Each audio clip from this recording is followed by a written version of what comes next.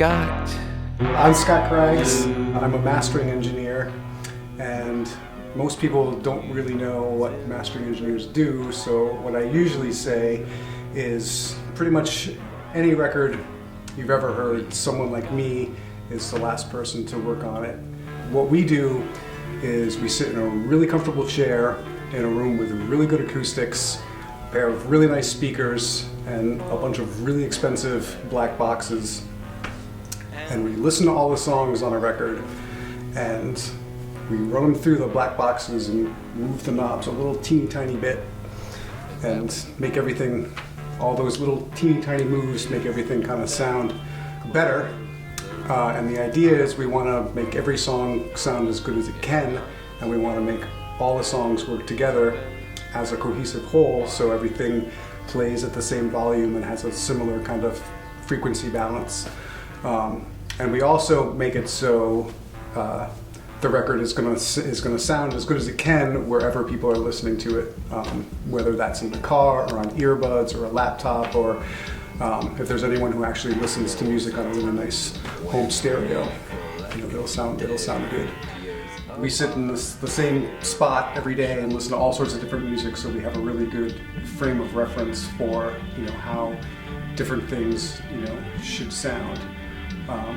And so this is especially important nowadays because lots of people are making records at home or in practice spaces, or, you know, wherever they may be, and that's totally great. But lots of people are making these records in really sort of, you know, like the not professionally treated spaces. So mastering, you know, we'll hear that immediately and know how to correct that so it'll sound good everywhere. We're able to listen to stuff with a really fresh perspective. When you've been mixing a record, you've listened to the songs 18 million times and you've obsessed over all the little details and everything. And it's really hard to kind of step back and just take an objective listen to it and just really hear what you have. We're hearing it for the first time. We don't have any preconceived notions. When I was in college, I got a 4-track and a drum machine, and once that happened, it was kind of all over. You know, I just became obsessed with just sitting in front of a pair of speakers and manipulating stuff.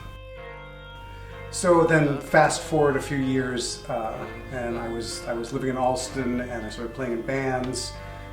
And my band at the time, we made our first record, in the basement of our apartment. And it came time to master it, and we didn't have any money. And so I had recorded and mixed, so I was like, yeah, okay, mastering, I guess that's, you put some EQ on it and make it a little louder somehow, I guess, I don't really know, but... So I did it, and somehow that record came out sounding okay, and people liked it. So I started working with some other bands and doing a little bit of recording, and originally my plan was to be a recording and mixing guy. I really wanted to be a hotshot mixer. But what ended up happening over the years is no one really asked me to record and mix them, but lots of people asked me to master things for them. So I just sort of naturally, you know, fell into that role, and that's what I got good at. And you know, initially, it was all you know, local bands. It was all Boston bands and friends that, you know, I would help out. And then it just sort of, you know, gradually sort of grew.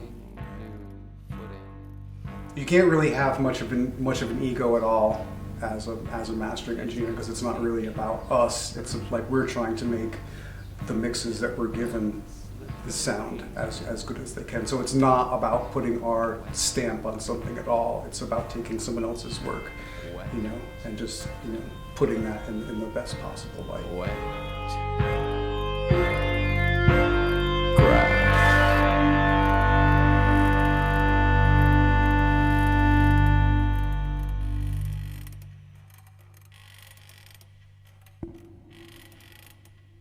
Most mastering engineers do tend to drink a lot of coffee.